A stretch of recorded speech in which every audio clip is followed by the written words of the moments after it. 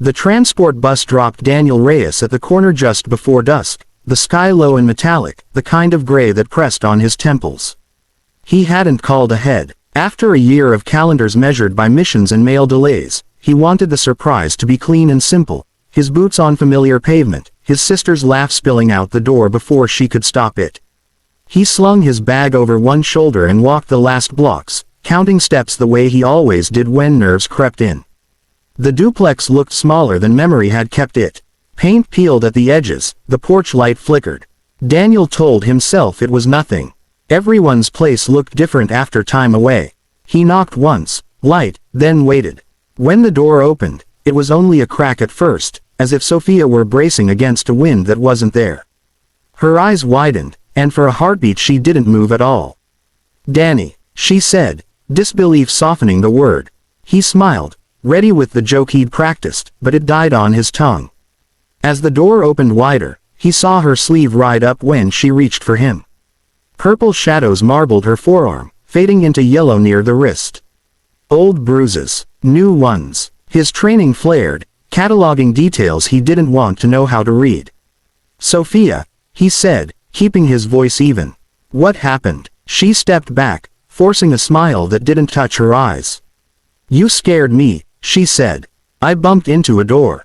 Daniel crossed the threshold. The apartment smelled faintly of cleaning spray, sharp and sweet, like something trying too hard to hide beneath it. A picture frame lay face down on the coffee table, the glass cracked in a spiderweb. He set his bag down slowly, deliberately, the way he did when he needed to show calm before he felt it. They sat across from each other. He waited. Silence stretched, filled with the hum of the refrigerator and a distant siren. Sophia's hands twisted together, knuckles whitening. A tear slipped free before she could wipe it away, then another. The words came in pieces. Names, apologies, anger that arrived without warning and left marks behind. She spoke of promises and fear, of learning how to make herself small, of nights listening for keys in the lock. Daniel listened. He kept his body still while something inside him shook. He wanted to stand, to pace, to do something decisive. Instead, he breathed and let her speak until there was nothing left to say. When she finished, he crossed the space between them and hugged her, careful of the bruises, careful of everything. "You're not alone," he said, the sentence simple and solid. "I'm here." She nodded against his shoulder, her breath uneven, and for the first time since he knocked, the room felt like it had air in it again. Daniel stayed awake long after Sophia fell asleep on the couch, her head resting against a pillow he'd folded twice to make it softer. The television murmured without meaning. He sat at the small kitchen table, hands wrapped around a mug gone cold, replaying every word she had said. Anger pressed against his ribs, demanding release, but he forced it down the way he had been trained. Acknowledge it, control it, don't let it choose for you. In the morning, he cooked eggs and toast, pretending it was an ordinary visit. Sophia moved carefully, like someone navigating a room full of glass. When she reached for a plate, her sleeve slid again, and Daniel noticed fresh marks near her elbow. He didn't comment. He simply said they had errands to run. The clinic smelled of disinfectant and quiet voices.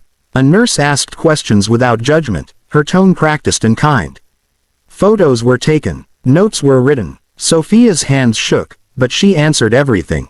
Daniel sat beside her, close enough that she could feel him. There without feeling crowded. When it was over, she looked smaller somehow, but also steadier, like a person who had finally put weight on a broken leg and realized it could hold. They drove across town to their aunt's house, a place filled with mismatched furniture and the constant smell of coffee. Sophia packed only what she needed, pausing over objects as if deciding which versions of herself to bring along.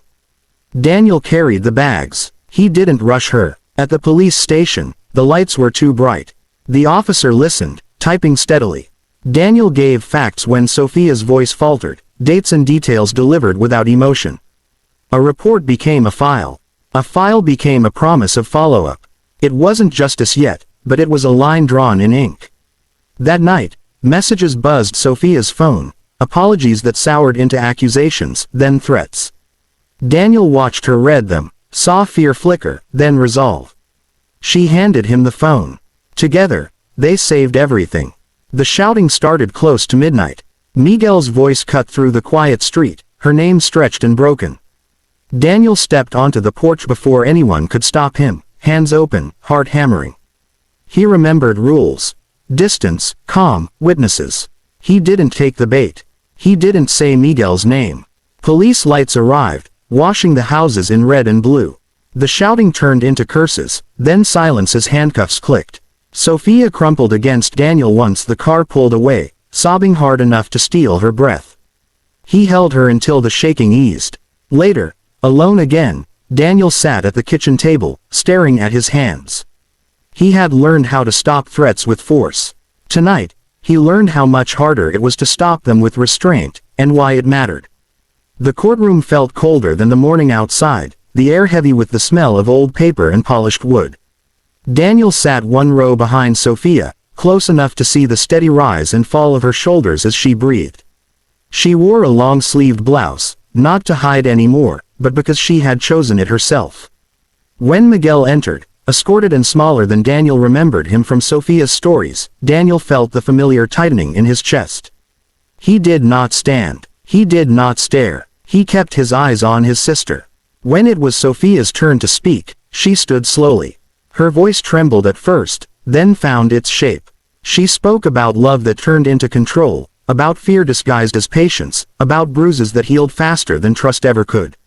Each word landed quietly, but with weight. Daniel felt pride swell in him. Not the loud kind, but the deep, anchoring kind that steadied his breath. The judge listened, asked questions, and finally spoke. The decision was firm. Consequences were named. Protection was ordered. The gavel fell, a small sound that echoed longer than it should have. Miguel was led away without looking back. Outside, sunlight spilled across the courthouse steps. Sophia stopped, closed her eyes, and took a breath so deep it seemed to reach parts of her she had forgotten. Daniel stood beside her, not in front, not behind. Just there. Weeks passed with a gentler rhythm. Sophia painted again, colors blooming across canvas and walls, reclaiming space inch by inch. She laughed when Daniel burned dinner, teased him about his early morning runs, argued with him about music. Healing wasn't straight or fast, but it was moving. Daniel returned to base with new orders and a different kind of awareness. He trained, followed routines, laughed with his unit, but something had shifted. He understood now that strength wasn't only about what you could stop. It was about what you could protect without destroying yourself in the process. On his last night home, Sophia handed him a small, wrapped package. Inside was a painting. Two figures standing side by side, facing a wide horizon washed in warm light. No faces, no uniforms. Just presence. You didn't save me, she said softly. You stayed. Daniel swallowed, nodded once, and pulled her into a careful hug. When he left the next morning, he didn't look back out of fear of breaking something fragile. He walked forward knowing that some battles ended not with victory cries, but with quiet mornings, steady steps, and the certainty that neither of them would ever be alone again.